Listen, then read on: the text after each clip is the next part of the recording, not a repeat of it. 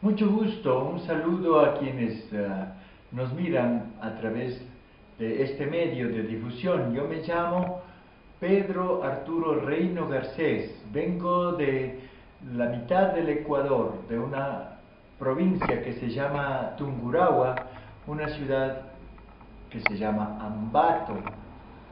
Yo soy un profesor que ha terminado su labor en la Universidad Técnica, donde básicamente trabajé, pero también he tenido trabajo como maestro en el nivel de bachillerato y he sido profesor en algunas otras universidades dentro de mi país. Mi oficio fundamental es de leer los archivos de la época colonial. Básicamente soy lingüista de formación y la lingüística me ha permitido llegar a leer los documentos desde los años 1600 y he encontrado una cantera increíble de documentación que no ha sido prácticamente conocida ni difundida por la historia oficial. Eso me ha llevado a poner en evidencia y escribir muchos libros de carácter histórico y también concomitantemente me han llevado a que en mi ciudad me nombraran el cronista oficial y vitalicio de Ambato. Esta es una condición o una función un poco anacrónica, diría yo, por cuanto la idea del cronista oficial es una herencia netamente de carácter colonial. Pero superando esta definición, yo creo que es muy importante decir que el respaldo, la categoría que se da con esta designación me ha permitido también muchos accesos y una representación a una colectividad que puede y debe leer los libros, la información histórica con un carácter no solamente esporádico, sino decir, él está diciendo una verdad de alguna manera contundente. Uno de mis objetivos para venir a Salta, a la Argentina, en donde estoy por primera vez, además de visitar a una entrañable compañera mía en el posgrado que hicimos en el Instituto Caro y Cuervo de Bogotá, la doctora Amelia Royo, además de ello, es traer una novela que acaba de salir en Ecuador, que se llama Nido de Rifles. Esta novela engrana una historia común. Por ejemplo, está involucrado el general Galo Lavalle, que peleó en Riobamba, al pie del nevado Chimborazo, donde Bolívar hizo su delirio, que muchos lo habrán leído, lo habrán conocido. Lavalle fue un soldado enviado de San Martín, diestro en el manejo del caballo, y luego de una contienda que lo vamos a celebrar en días próximos, el 21 de abril, allá peleó en 1822 y prácticamente engrana la historia de un argentino, como pasó con muchos soldados de la época allá en el Ecuador. Es un héroe reconocido por la condición diestra en el manejo de los caballos. Y además hay en esta historia informaciones de soldados que fueron desde acá, desde la Argentina, a pelear y que no han sido ni siquiera vistos. He sacado de las investigaciones de archivos, he sacado listas de soldados extraños, extranjeros, nacionales inclusive, que no han sido visibilizados, y algunos de ellos están aquí, que fueron decapitados por los realistas en la Real Audiencia de Quito.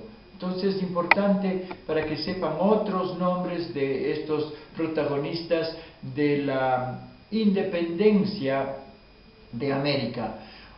Una idea fundamental que está en esta novela es saber cómo se dio los procesos del militarismo, de todo este ambiente que arranca desde 1810 hasta 1860, es decir, los problemas del militarismo en general, en qué nomás devino, cómo nomás se van armando las injerencias, la fuerza,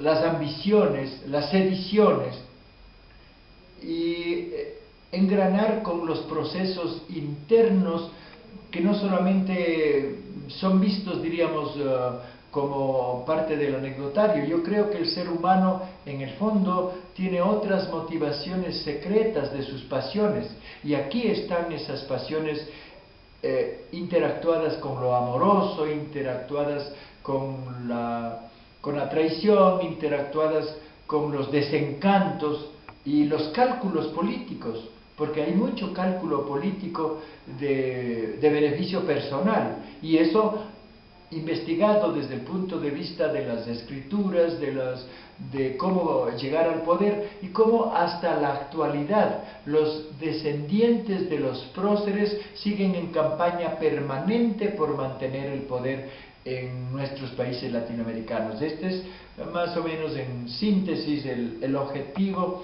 de haber traído esta novela, Nido de Rifles, para que sea conocida acá también en estas partes nortes de la Argentina.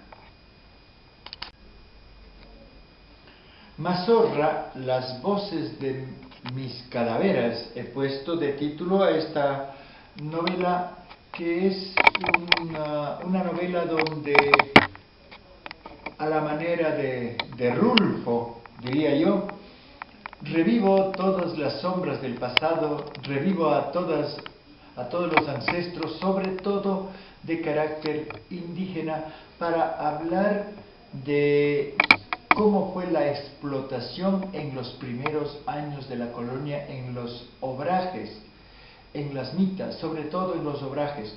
Se sabe que la zona de la Real Audiencia de Quito tenía obrajes muy importantes.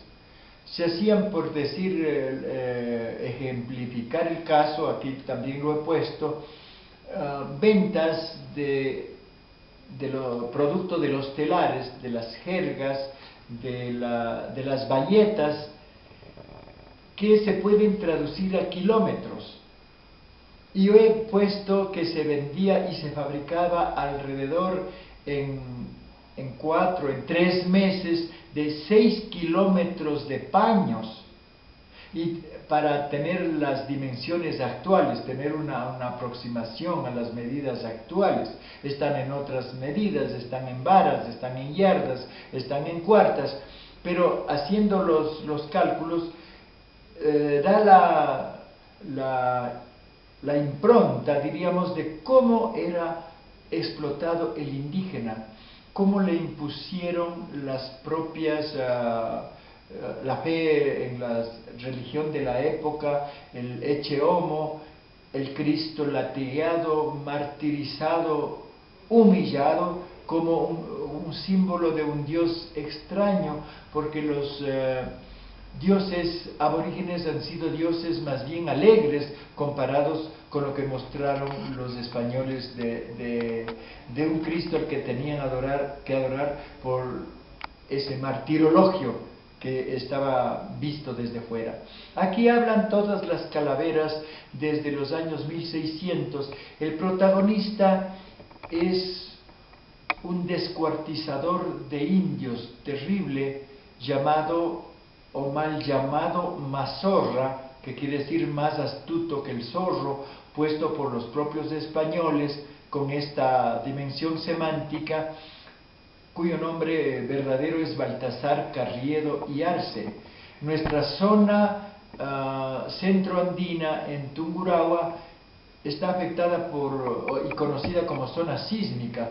Tuvo 2 terribles terremotos, 1698 y casi a los 100 años exactos, 1797, otro terremoto. Y ahí muere, en este segundo terremoto, muere este personaje después de haber hecho tantas maldades. Y la gente siempre hasta la actualidad y dice que prácticamente la tierra se limpia de tiranos gracias a los terremotos, como que estamos esperando que haya un terremoto para que los perversos hallen su sepultura, hallen la muerte, porque no hay poder humano que vaya contra los perversos.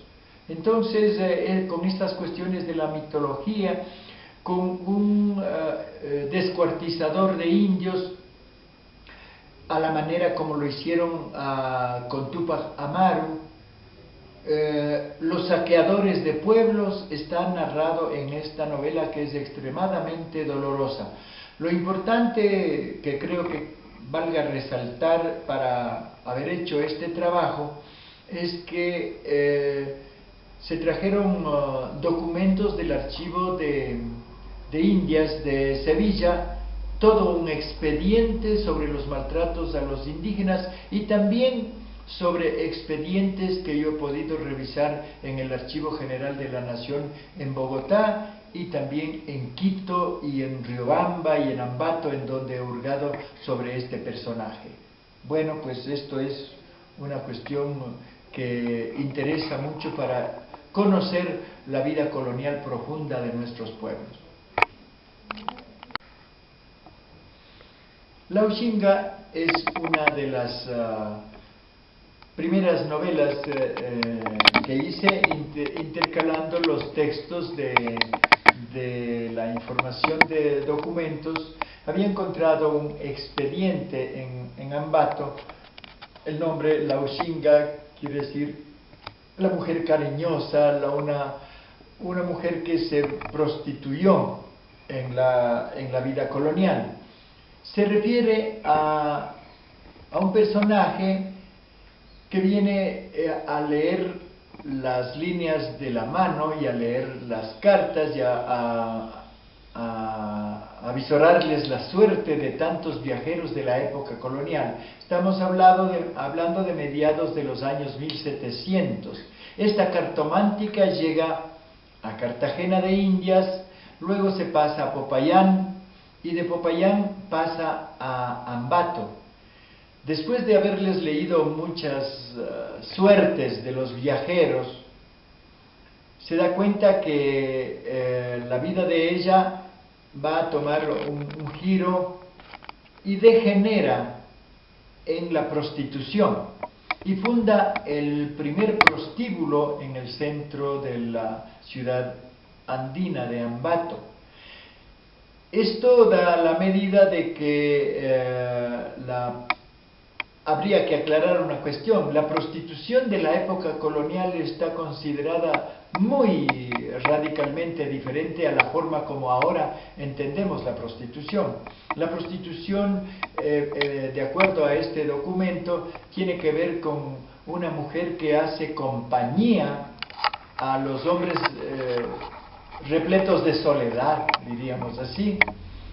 Esta mujer instala una picantería, una chichería se llama ahí, pone música de ambiente de la época, hace tocar a los que interpretaban el arpa, y la zona centroandina un poco se parece a esta zona de Salta, porque ahí se comercializaban mulas y caballos.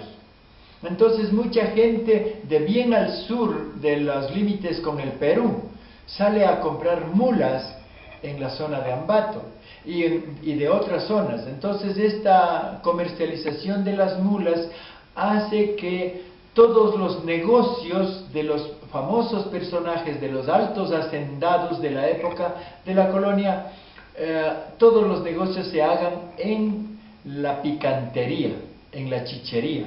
Y esta mujer tenía dos sectores, todo estoy hablando de acuerdo a la documentación. Un sector mucho más interno, con unos patios llenos de tapiales, como acá, para que el indígena estuviera en su desahogo de ebriedad, y tenía un sector especial donde tomaban trago blanco, trago de caña de Castilla, los señores que venían a hacer los negocios, pero en la borrachera terminaban todos en un mismo montón, tanto indígenas y blancos y visitantes.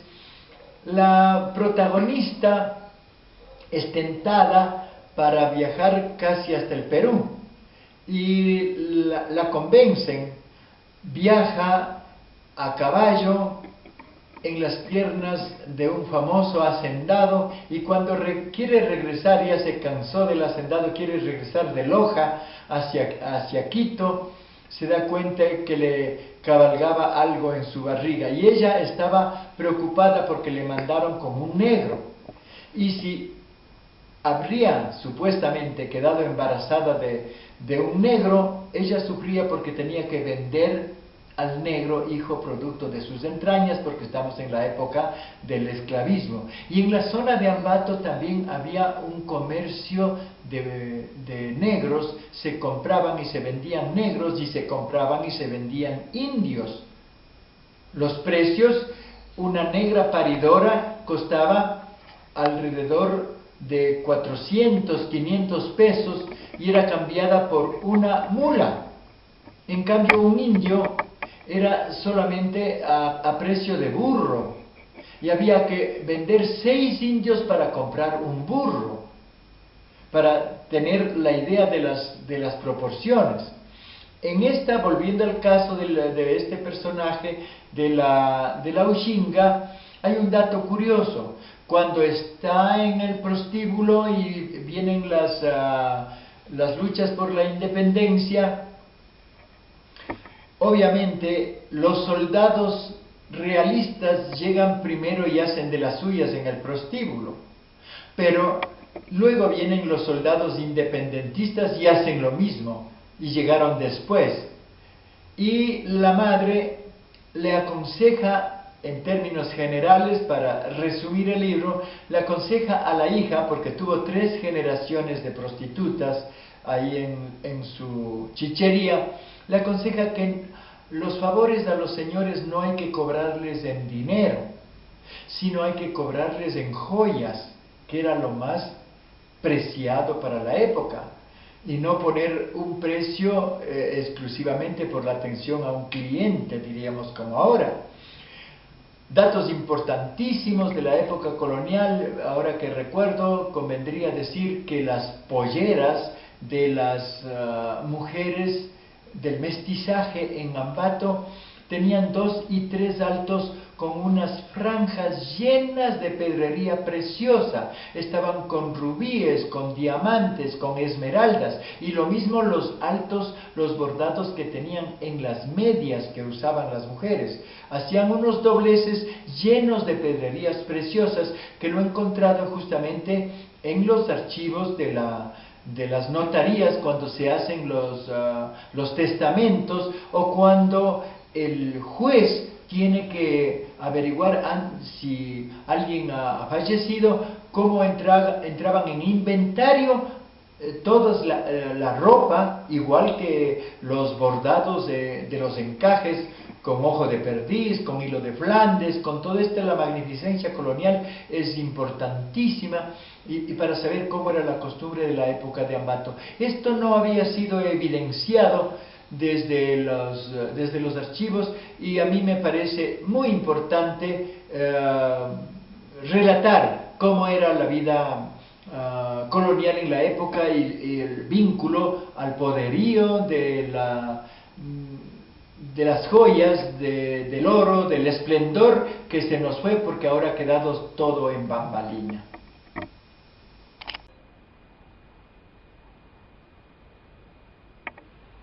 Tren a Chuchubamba, dice en la contrasolapa, es una obra preñada de imágenes sensoriales llamadas a impactar en la sensibilidad lectora del público ecuatoriano. Tren a Chuchubamba es una novela para ser oída, para ser paladeada e incluso para ser olfateada, ya que bajo ella se cobijan los olores de las naranjillas con los humores rancios del mundo espectral. Leo estas dos líneas. Esta es una novela también tomada digamos, información referencial. Está ambientada en los principios de los años 1900. La consolidación de la unión en el Ecuador de la sierra con la costa a través del tren. El tren que sale prácticamente del puerto de Guayaquil llegó a Quito después de una serie de vicisitudes y la obra se la da, diríamos, la categoría del triunfo del liberalismo en el Ecuador con Eloy Alfaro. La novela recoge la característica de la vida de la costa ecuatoriana y también los pormenores de la vida andina.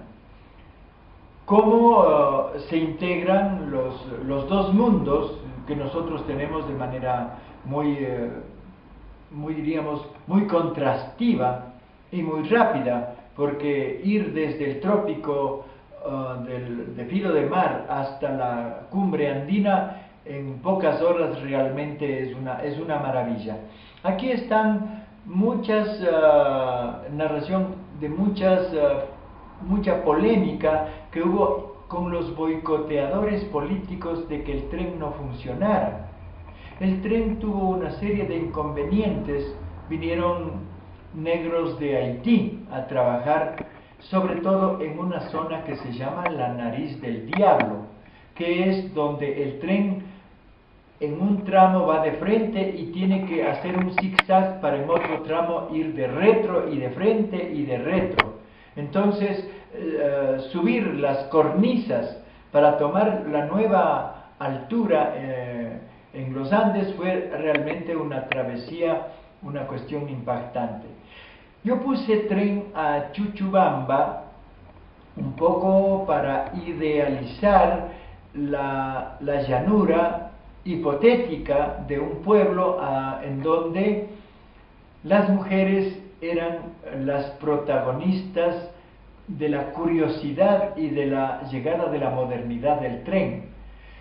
Para muchos quichuahablantes, nosotros decimos quichuahablantes, chuchu es el seno, es la teta, y bamba es la llanura. Entonces es la llanura de las tetas en forma literal, pero también es la llanura nutricia, es la tierra donde uno amamanta todas las cuestiones de sus recuerdos. Ahí está metida una rocola, este aparatito para producir una música con un sonido de fondo donde se ponía una moneda y uno buscaba la canción que seleccionaba. Teníamos nosotros los sucres y había en algunas rocolas que pagar un sucre por cada 2 canciones y otras rocolas un sucre por cada 3 canciones.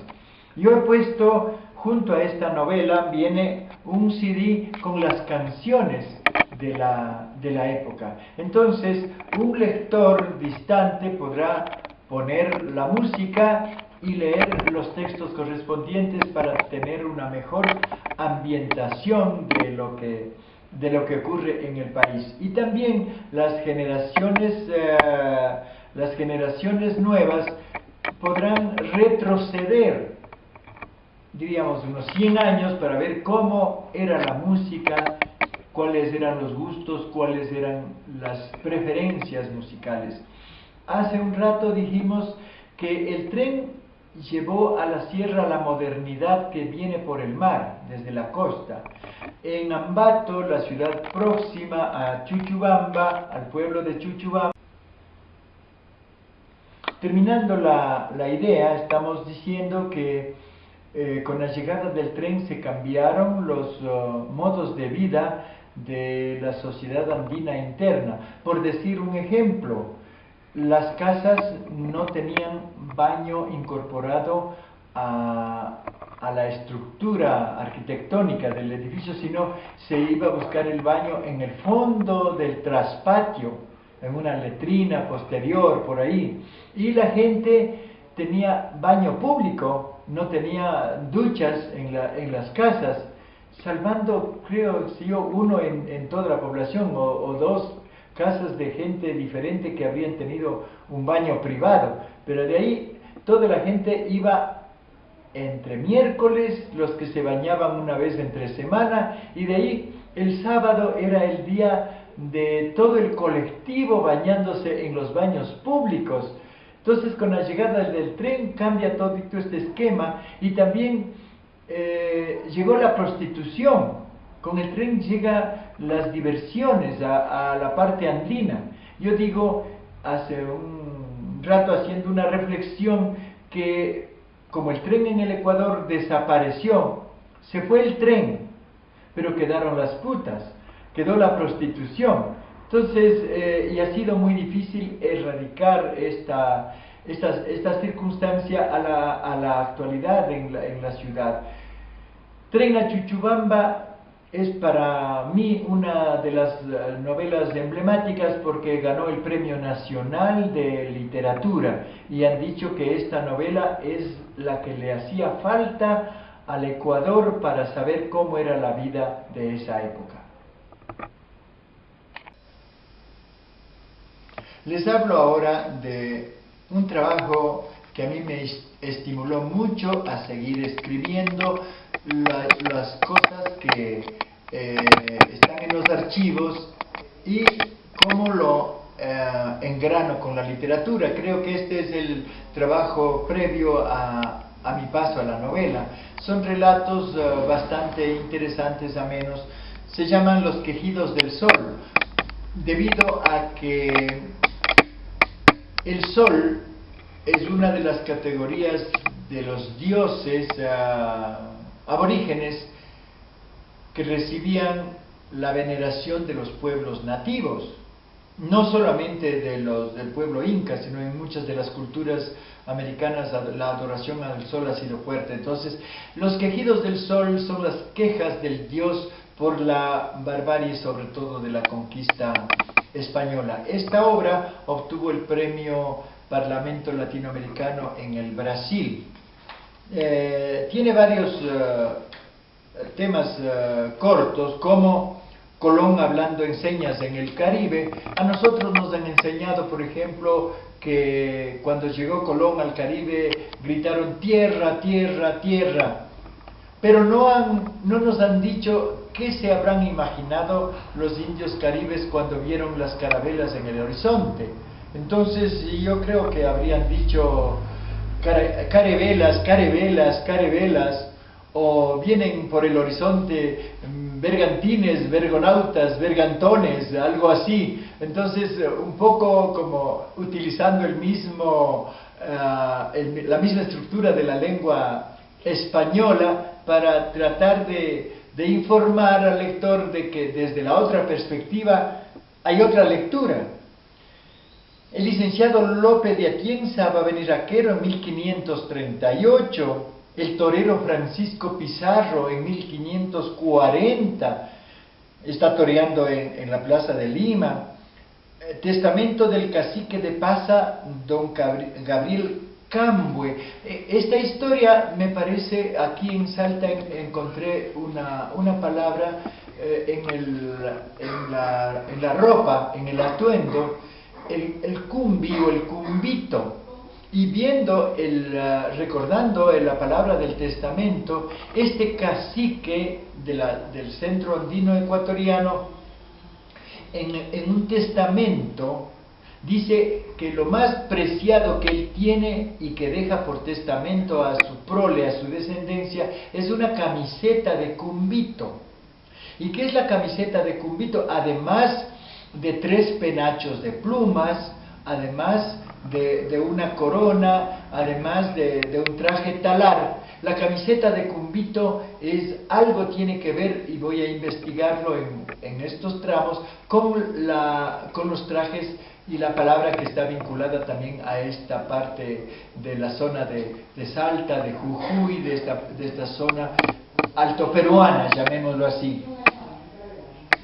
Curiosos oficios de migrantes del siglo XVI, una limosna para enterrar al difunto vivo en Potosí. Hay verdaderas historias para hacer más novela, porque las riñas, los problemas que traían los conquistadores, la problemática que traían desde España, las rivalidades, resulta que cometían alguna fechoría, algún asesinato en Quito, para decir la región, y se venían a refugiar en Potosí. Y a la vuelta de 4 o 5 años regresan a Riobamba y no lo habían perdonado, y se consuman los asesinatos. Y hay detalles como verlo el difunto vivo aquí en Potosí, hacen un entierro simbólico del personaje que estaba vivo, lo hacen con todo el boato, con toda la procesión, llevándole supuestamente a un muñeco en un féretro diciendo que está muerto, y era una forma de anunciar que prácticamente iban a asesinarlo luego. Luego huye a las zonas de Quito, pero allá se consume el asesinato. Datos como estos. Acá también está Salasaca y los enigmas de su procedencia. Nosotros tenemos una comunidad indígena que se reclama básicamente boliviana, son aymaras, producto de la época de los mitimaes, la expansión que los incas hicieron con los mitimaes. Pero también hay que decir que en estos grupos no solamente hay aymaras, por la cuestión de los apellidos, de la toponimia, que yo hago la investigación por mi formación lingüística, sino que también he encontrado, por ejemplo, que componen esta cultura actualmente indígenas de la zona de Nazca, y que son los que hacen los tapices con las figuras de Nazca que se ven en los tapices más ancestrales que hacían en la zona del Ecuador. Cosas de estas curiosas de los indios de Tarabuco, que están recordadas por los indígenas salasacas, están acá. Hay que adorar al sello real como si fuera el propio rey. Esa fue una de las prácticas de la época colonial aquí, que sacaban al sello real en procesión, con pebeteros de plata, con pebeteros llameantes, humeantes, con inciensos, adorando el sello real como la gran presencia abstracta, como un santísimo, diríamos ahora. Todas estas prácticas coloniales que impuso sobre todo la Iglesia. Bueno, hay muchos temas, los pregoneros indígenas que eran los bilingües. Yo retomo para visibilizar quienes nomás han sido pregoneros, sobre todo indígenas, los sacristanes, que en muchas de las épocas coloniales los sacristanes armaron las insurrecciones, porque ellos sabían qué es lo que ocurre a ciencia cierta con el cura y las atrocidades que cometía. Un dato curioso que acabo de investigar al respecto es de que en una insurrección en Riobamba en mediados de los 1700, dice, estaban los indígenas en la cuerda floja, en la duda. ¿Qué hacemos con los curas? Los indígenas de la insurrección dice, o los desterramos o dejamos algunos de ellos para que nos enseñen. Ya estaba superpuesta la religión cristiana de todos modos, y dice no, un sacristán pide que los curas no sean expulsados, no sean martirizados, siempre y cuando, y que queden en Riobamba siempre y cuando sean castrados. Entonces, esta sola declaración tomada de la documentación da la medida de que aquí en América el sacerdote es otro de los puntos en que los interesados en buscar genealogías se pierden en este laberinto. cuando entra un sacerdote de por medio, no sabemos realmente qué hacer con los estudios genealógicos, porque se nos pierde todo el rastro de investigación. Azotaban a los indios con nervio de toro. Cogían el nervio de toro, lo hacían trenza de cuantas puntas, le ponían clavos o unas cabezas metálicas en las puntas para azotarlos cuando no iban a las 4 de la mañana a tocar las campanas o a llamar para el rosario. Entonces, cuestiones dolorosas. La casa de los estancos en Ambato, donde digo yo que los estanqueros fornicaban hasta con los esqueletos de las indias. Entonces, cuestiones curiosas. Historia triste de la hija de la cacica de Patate, que está ligada a mi novela Mazorra, porque a las mujeres, hijas de los caciques, se los llevaban a los conventos, y el objetivo no era solamente darles la protección o darles jerarquía, sino quedarse con los bienes, las haciendas que estaban destinadas para la descendencia de los cacicazgos. Los hidalgos de Bragueta es otro de los temas interesantes, porque las hidalguías en América, unas eran heredadas, otras eran compradas, otras eran inventadas, y hasta se dan esta categoría de que si usted tenía 8 o 7 mínimo hijos varones seguidos, ninguna mujer le daba un título de hidalgo de Bragueta. Cuestiones de estas pueden encontrar en este libro Los quejidos del sol, que mereció el Premio Parlamento Latinoamericano. Ecuador, identidad a martillazos. Este libro, que a mi retorno al Ecuador espero ya que esté totalmente editado, recoge lo que pueden ver tal vez aquí en la portada. El Ecuador pudo haber sido, hipotéticamente, un país con una territorialidad que comprende hasta la mitad de Colombia, el norte peruano, y sobre todo con una gran franja que va de los dos lados del río Amazonas. Es probablemente la idea de Tomás de Berlanga de ser una gran gobernación interoceánica, como él mismo lo dice. Tomás de Berlanga es un sacerdote muy interesante de los años 1500, que llega a la Real Audiencia, ni siquiera a la Real Audiencia, llega al Perú, todavía no está la Real Audiencia, y dice que Quito tiene que ser delimitada con otras características territoriales. Él es, a su vez, por un accidente, el descubridor de las famosas Islas Galápagos. Cuando llegó a Galápagos creía que las islas estaban flotando, eran portátiles, estaban flotando sobre el océano.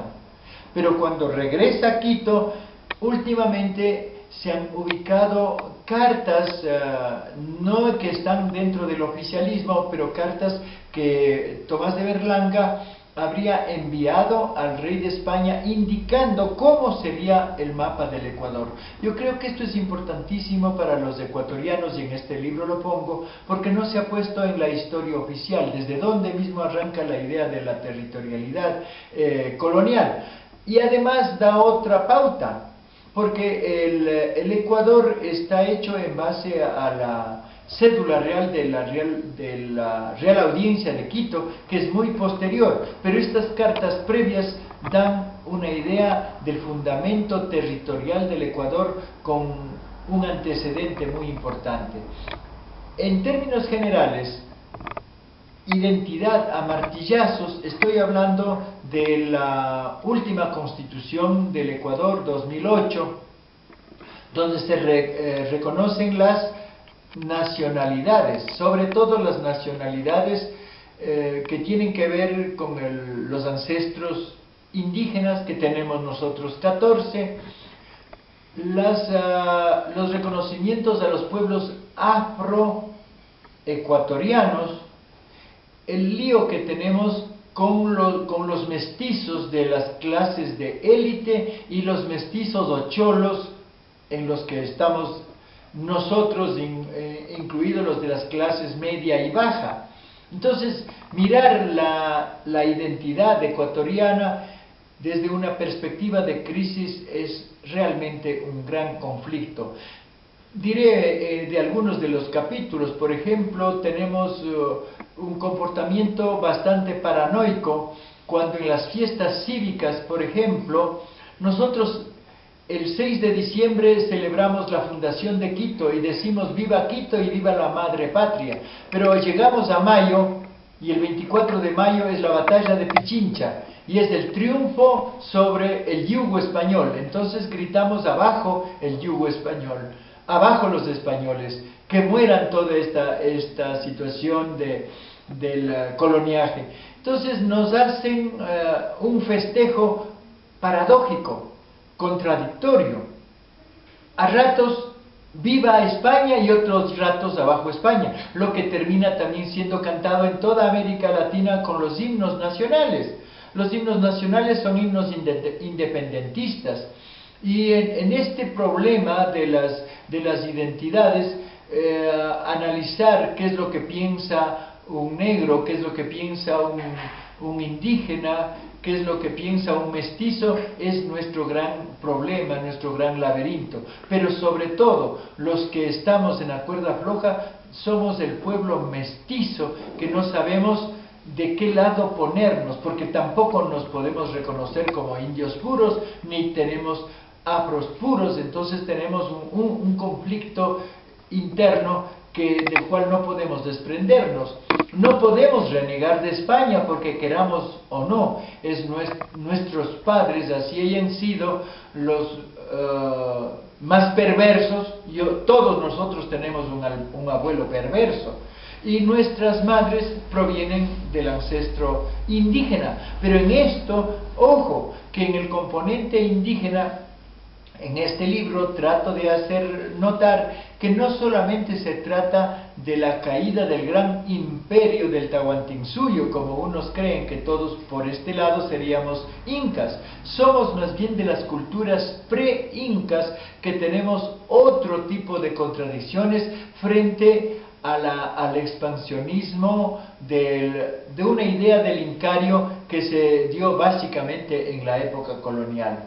Se habla en este libro entonces de los himnos nacionales, de esos conflictos, de la identidad de los aborígenes, de los problemas de la credibilidad o no credibilidad de la fundación de pueblos, que es otro de los grandes mitos de América. Estamos buscando las actas fundacionales, cuando en realidad los españoles llegaron y fundaban. Por ejemplo, se fundó Quito sin haber conocido Quito, no sabían ni dónde estaba Quito. Se fundó Guayaquil sin haber sabido siquiera que era Guayaquil. Lo que les interesaba era un acta para la burocracia, para decir, nosotros primeritos llegamos a Quito sin haber siquiera conocido ni dónde estaban los límites de Quito, ni por dónde era, ni a qué cultura pertenecía. Entonces, no es pues que la mentalidad de la historiografía oficialista dice tal fecha es la fundación y viva la fundación,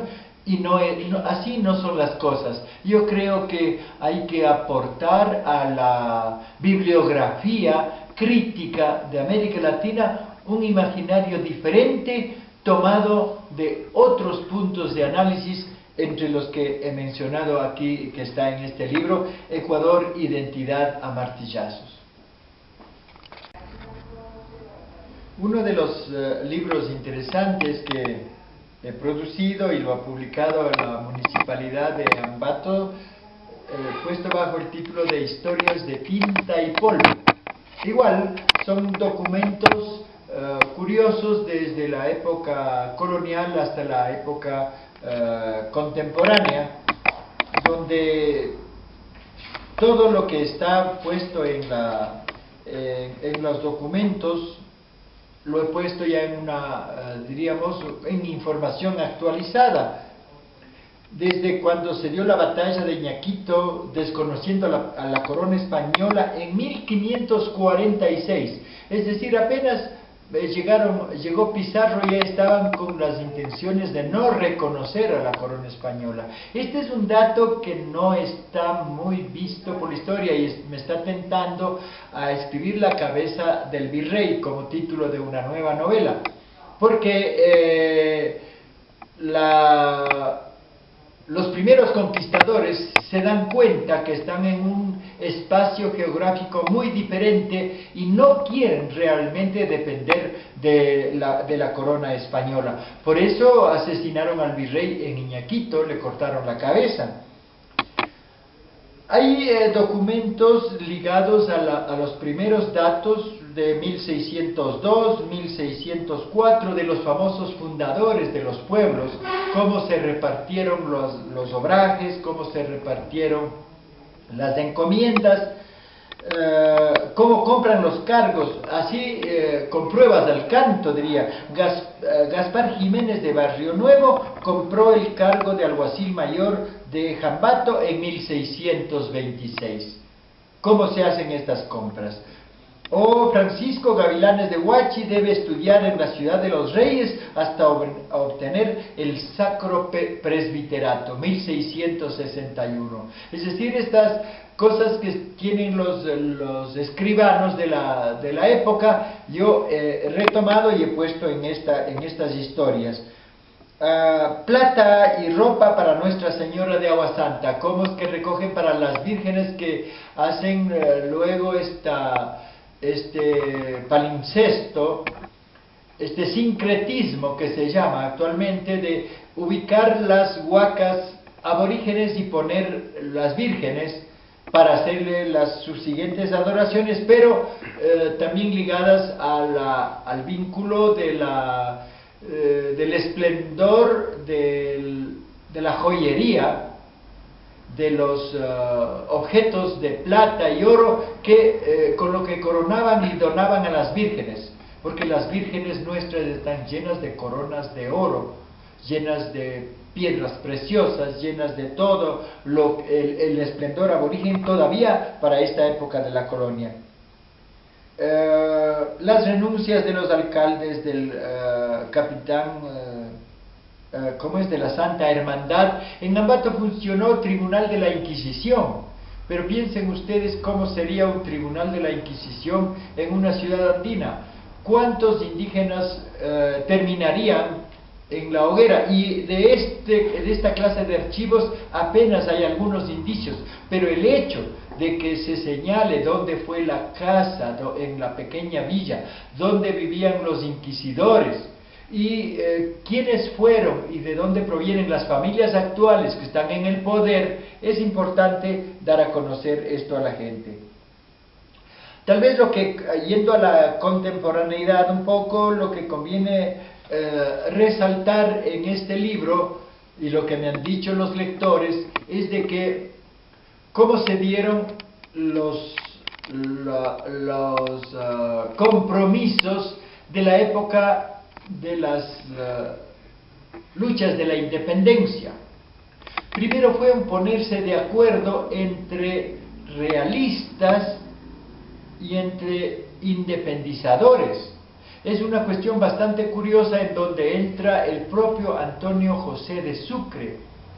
Hay las capitulaciones, los armisticios, pero el armisticio o el acuerdo previo es bastante interesante porque se sabe, por ejemplo, es un decir, si ustedes, señores realistas, pierden la batalla, como va posiblemente a ocurrir, les vamos a respetar los siguientes puntos. Y si nosotros, los independizadores, los que estamos en procura de la libertad, si nosotros ganamos o si nosotros perdemos igualmente, van a respetar los siguientes puntos. Y hay unos 10, 12 puntos. Conviene resaltar esto. a los realistas le dicen: si ustedes pierden las guerras, les vamos a respetar para que todos sus privilegios, para que ustedes puedan regresar a España. Les vamos a dar una embarcación en Panamá, o si quieren desde Cuba. Les vamos a respetar su sueldo, les vamos a cancelar hasta el último centavo, hasta el día que pierdan la batalla. Pero también, si ustedes quieren no regresar a España y juntarse con nosotros, que somos los independizadores, y venir a nuestras filas, les vamos a aceptar con el mismo grado militar que les ha dado España, para que vengan a nuestro lado, y también les vamos a dejar con las embarcaciones, con con los navíos que han tenido, los privilegios, y serán bienvenidos en pro de la causa americana. Entonces pienso yo, ¿qué tipo de acuerdo es este de la independencia? A mí me parece que es un dato realmente revelador. No decir que, como nos dice la educación formal, se peleó contra los españoles y los españoles se fueron. No, lo que hubo es unos acuerdos, hubo una componenda previa, inclusive de respetarles hasta con el nivel de sueldo y todos los bienes y los objetos, porque si se quedaban todavía de dueños de todas las propiedades que ellos tenían.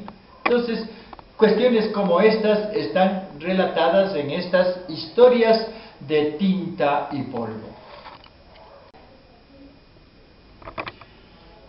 Una forma de llegar, o que quiero llegar, hacia el lector contemporáneo, que es mucho más ágil, diríamos, con una historieta pequeña, está en este tipo de folletitos de mano, que lo he publicado bajo algunos títulos.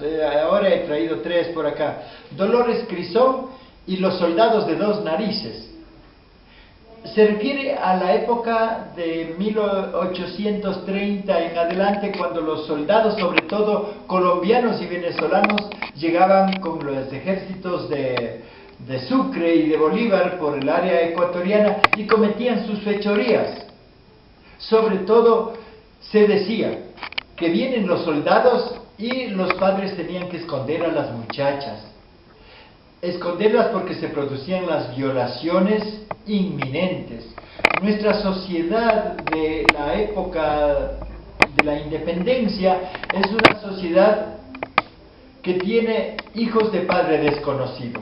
Vaya uno a saber, creo que el que les está hablando es producto de eso también, porque se sabe que los soldados de Bolívar llegaron desde la parte de Colombia, y yo, tratando de buscar mis ancestros, mi apellido, que es un poco extraño en el medio donde yo vivo, tengo mi apellido Reino. No hay gente de este apellido, y he rastreado y me he dado cuenta que los Reino vinieron como soldados de Bolívar. Hubo unas batallas en las que perdieron en la campaña, y se refugiaron, huyeron del campo de batalla y se refugiaron en casas de campesinos que vivían en el entorno, y ahí se quedaron. Y creo que después de algunas generaciones aparezco yo. ¿Qué hacían estos soldados de 2 narices? Los padres decían que los soldados con los soldados había que tener mucha precaución porque tenían 2 narices. Pero esto más bien creo que despertaba la curiosidad de las muchachas. Y el resultado es que con la otra nariz venía el mestizaje. Entonces, en muchos pueblos, como en las zonas de Guaranda, por ejemplo, hay muchas mujeres de facciones diferentes. Son más bien mestizas y ya más rubias, porque el tipo de gente que viene de Venezuela y de Colombia son otro extracto de gente. Entonces aquí se habla de una de estas mujeres mulatas, mezcla de los soldados de la independencia. Además se narra historias que he encontrado en los archivos de cómo estas mujeres que fueron producto de un paso de soldados, después tenían memorias y volvieron a combatir con los soldados desocupados que quedaron hasta 1860. Una historia amena, rapidita, ágil. Lo mismo está aquí en Relatos de Cabalgantes, porque ha pasado al imaginario y a la fantasía popular de que había soldados que venían del sur de Colombia, de la frontera con el actual Ecuador, de la zona de Pasto, que está, qué sé yo, a un mes de cabalgata, cuando los soldados en el centro andino ecuatoriano tal vez morían, tal vez perdían, extraviaban el caballo, o inclusive, aquí los gauchos tendrán más razón de dar esta información, amarraban la rienda a la cabezada de la montura y el caballo se regresaba solo hasta su pago, como dirían acá, ¿no? Se regresaba solo a Pasto, y veían muchas veces que los soldados regresaban en busca de su querencia sin jinete, y lo hacían. Y yo, de ancestro campesino, también puedo darle este testimonio. Mi padre iba en caballo hasta la ciudad, cabalgando 2-3 horas, y se quedaba con algún compromiso social, y el caballo, la yegua, regresaba a su casa solo. Entonces mi madre sabía que mi padre había quedado a lo mejor tomándose unos tragos con los amigos, porque el caballo llegaba solo y llegaba cargado su poncho y llegaba con las cosas que mi padre había puesto sobre la cabalgadura. De estas historias está aquí Los Relatos de Cabalgantes, y un folletito que escribí muy curioso para nosotros, titulado La amante del burro desquiciado, para referir lo que está en la historiografía continental sobre el presidente boliviano Mariano Melgarejo, el presidente boliviano más exótico, diría yo, de alguna manera, que según se sabe por la biografía, hasta se amamantó con chicha en su tetero, y que hacía cosas realmente extrañas en el palacio presidencial. Toda esta narración, y también me ha dicho Amelia, por ejemplo, aquí, tiene, o quise hacerlo narrado desde la perspectiva de la mujer, con un carácter erótico, visto la mujer como la patria, cómo se la desgarraba, cómo es doloroso por dentro cuando un gobernante que hace de cabalgante de la patria puede desgarrarla hasta dejarlo casi sin territorio, hasta pisotear toda su geografía. Es una metáfora de alerta a los gobernantes latinoamericanos, pero repito, es una metáfora. Entre paréntesis, este folleto lo presenté en Bogotá y causó muchísimo impacto por la mezcla de erotismo, el simbolismo con la patria y el conocimiento de una realidad histórica latinoamericana que sigue siendo de lo real maravilloso, diría en términos de García Márquez.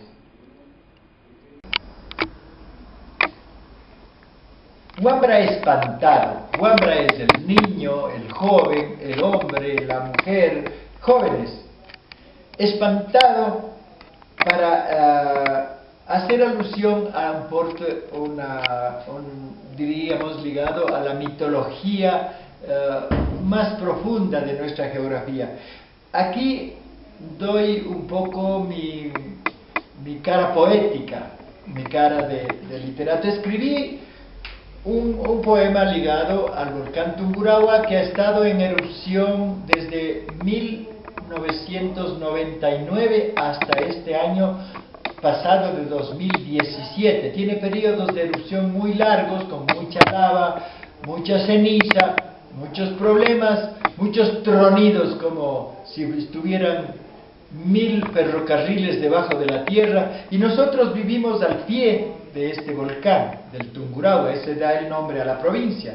Yo escribo esa poesía que la comparto con ustedes, que dice así: así es la Tungurahua cuando apaga su fuego. Estoy sospechando que tiene redes en su cumbre, porque las nubes no atinan a zafarse. También la llovizna de julio resbala sobre su propio frío, como un venado trágico tiritando con su muerte. Hay una tristeza de siglos oxidados atrapada entre alambradas de sueños soñados como musgos.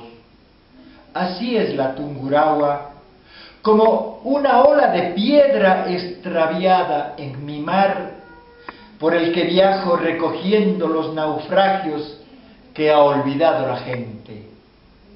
La Tungurahua tiene sus redes tendidas en mi sangre. ¿Qué recoge? Verbos tragados por peces difusos, cántaros de sal molida con codicias ajenas, historias de erupciones que se guarda la gente entre rezos enormes.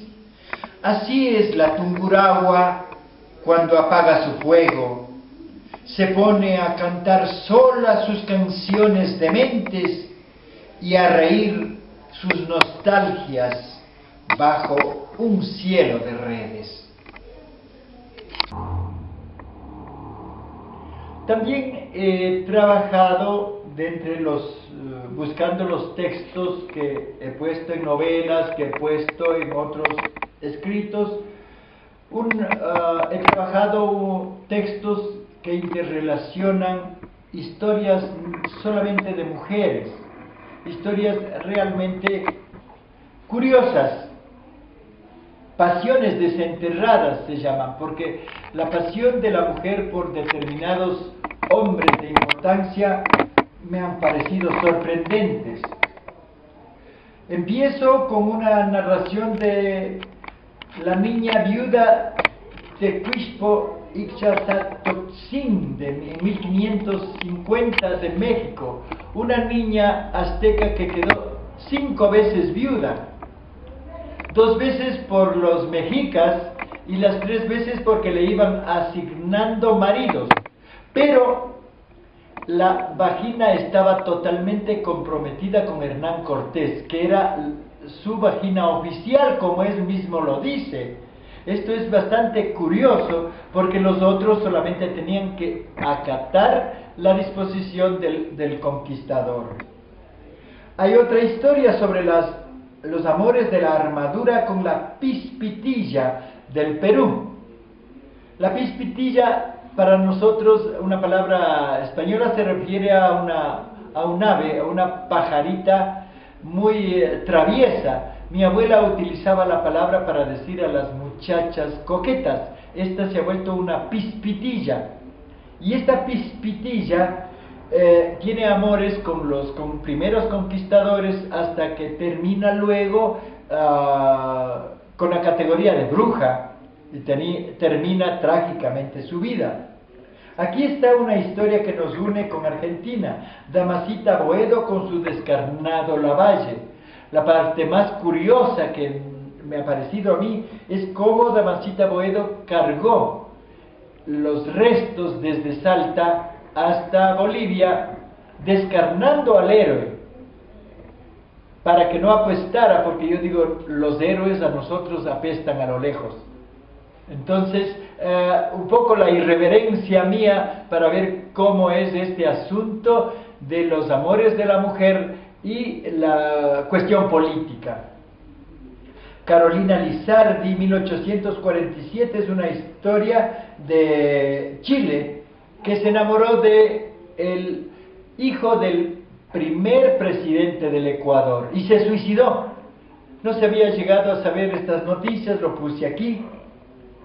Una reventa de la negra paridora en 1809 en Ecuador, cómo se revendían los negros, del proceso cruel de la reventa de las mujeres, y también de paso diré yo que muchos de los próceres como José Joaquín de Olmedo, el famoso poeta, fueron amamantados, tuvo una nodriza negra, y las escrituras yo lo he encontrado de estos negocios, están los nombres en la escritura de las negras que se vendían costal de huesos y alma en boca, como se decía cuando estaban en la última etapa ya de su destrucción física.